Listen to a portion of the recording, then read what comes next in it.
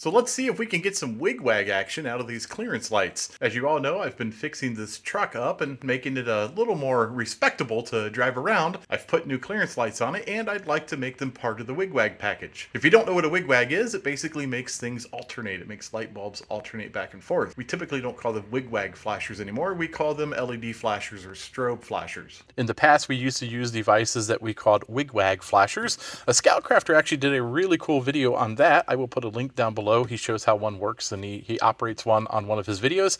Take a look. I think you'll be interested. But for now, we're going to use a newer device. To make these clearance lights strobe, we're going to use a simple device made by Show-Me. You can buy all kinds of different versions of LED flashers and LED strobes, but this company, Show-Me, seems to have a pretty reliable product that is made here in the USA, and lots of people are using these with great success. So I bought one. We're going to give it a shot and we're going to make it work. Now, at first, this may look pretty daunting, but it's actually really simple. The way it works is you add power to the black and red wire that powers up the unit, and each output is on a yellow and a blue wire. It's a 2-output device. It works very easy.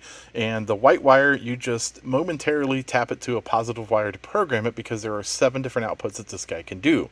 The output we want is this. We want a couple of flashes on one side and then a couple of flashes on the other side, and we want them to alternate. So it's a little bit like a traditional wig wag. It'll catch your eye and it'll catch people's attention if they see you parked on the side of the road, which is what we're after in this particular case. Because I have the headliner out, I think now would be the perfect time to rewire these a little bit. I have cut the positive wires of this particular clearance light and this clearance light here. I have wired them into the white wire that I also had to run. I temporarily have this white wire running out from underneath the dash, and the other wire to the clearance lights are right here. I have temporarily hooked it up to make sure it's going to work before I button up the rest of the truck. I need to put the headliner back in the truck, and I didn't want to do that until I had the wires ran for these clearance lights. And as you can see, they are working awesomely. This is a very cool effect, and I think the end result is absolutely awesome. In between the wig wags, they are strobing, and they're strobing quite a bit.